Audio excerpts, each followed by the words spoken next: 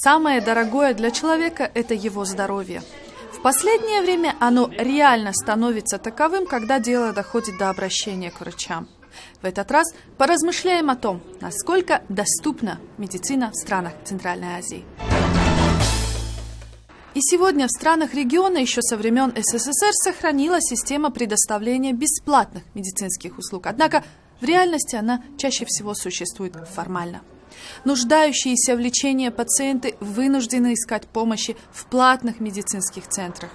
Но даже наличие денег не всегда гарантирует качественный доступ к медицинским услугам.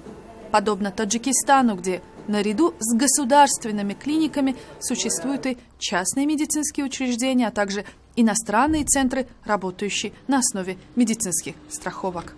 Современная система здравоохранения Таджикистана пережила серьезные испытания.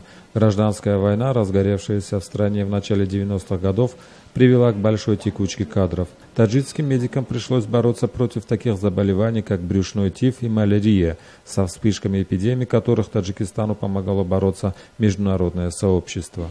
Отток квалифицированных специалистов из страны столкнул республику с еще одной проблемой – низким уровнем знаний молодых специалистов. Жительница Душанбе Тахмина Мирзоева рассказала о том, как ей удалось спасти мужа, пытавшегося лечить больную спину у такого специалиста. Направили в одну из столичных больниц, назначили уколы 5-6 видов таблеток. Все выглядело достаточно серьезно. Но то, что эти лекарства имеют побочный эффект и вызывают боли в желудке, нас не предупредили. Сразу же в первый день лечения заболел желудок, но он продолжил пить лекарства и уже на второй день неожиданно свалился с ног. Мы с его братом взяли такси, отвезли в больницу, где его положили в реанимационное отделение. Анализ показал, что после принятия этих лекарств у него пострадали желудок и 12-перстная кишка. Была операция. После реанимации еще 15 дней он пролежал в больнице. Ему стало лучше. Кстати, президент Таджикистана также выступил с критикой в адрес врачей, по его словам, больше занятых интригами и продвижением собственных интересов, нежели развитием качественной медицины. В своем послании к парламенту в конце апреля Рахмон назвал сферу здравоохранения приоритетной социальной политикой государства с 8 миллионным населением. Судя по словам Эмомали Рахмона, за последние 15 лет каждый житель Таджикистана в среднем получил до $10 в год от государства на поправку своего здоровья. Эта сумма в ближайшие 7 лет обещает возрасти до $50 в год.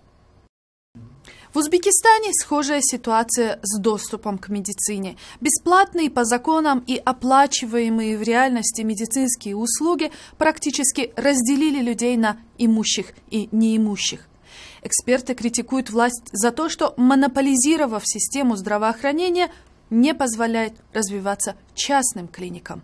После нашумевшего 2 года назад рейда правоохранительных органов многие клиники Ташкента прекратили свое существование. Позже правительство запретило частным клиникам заниматься целым рядом деятельности, в частности хирургией, акушерством, травматологией.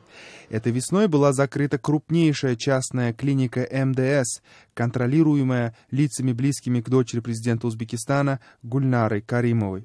МДС славилась своими качественными услугами среди готовых раскошелиться пациентов. В течение нескольких дней меня беспокоило боли в области живота. И мы туда поехали, и в течение буквально получаса меня диагностировали острый аппендицит. Но общий счет этой операции где-то был, наверное, $300.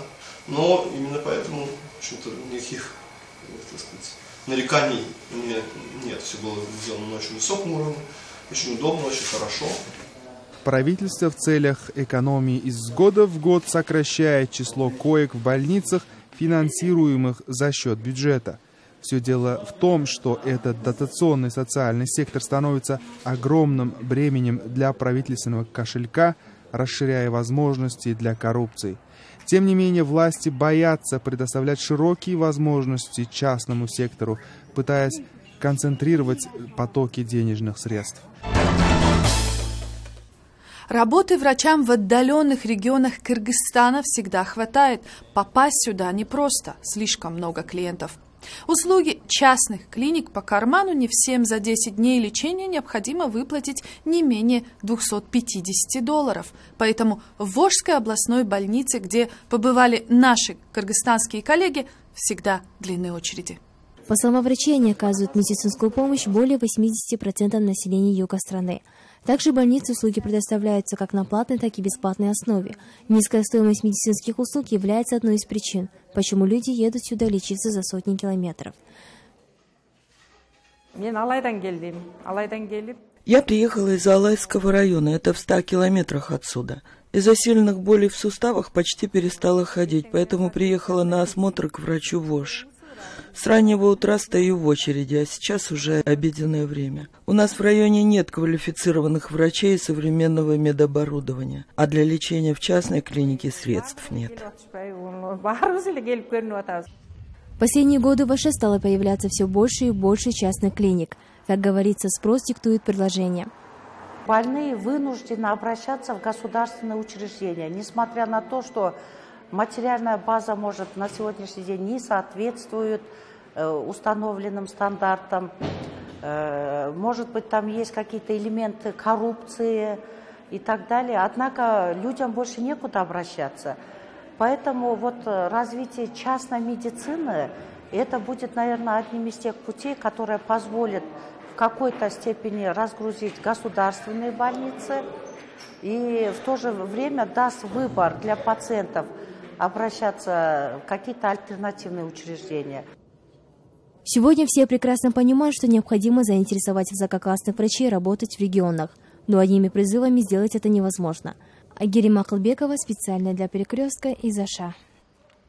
А вот в Туркменистане медицинские услуги платные. Исключение сделано лишь детям до 14 лет, инвалидам и участникам Великой Отечественной войны.